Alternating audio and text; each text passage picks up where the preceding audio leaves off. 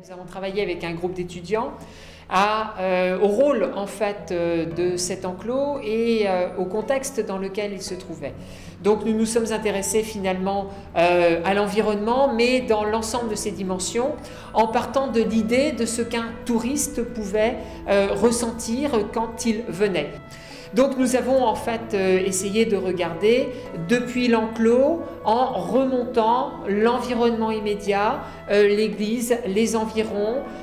puis un petit peu plus loin, les commerces alentours, les habitations, le cadre en fait dans lequel est situé donc cet enclos, et puis ensuite un peu plus loin, la signalisation et l'approche que l'on peut faire pour savoir comment les touristes finalement découvraient cet objet, mais aussi réussissaient à se retrouver, à se localiser. Et donc nous avons examiné un peu plus précisément ce qui concernait la signalisation, ce qui concernait les services, ce qui concernait les conditions de stationnement et d'accueil. Les actions concrètes, c'est d'abord de faire de la pédagogie, c'est aussi de s'assurer d'avoir une qualité de vie aux alentours qui soit une vraie qualité de vie, donc un cadre, donc une qualité des habitats, une qualité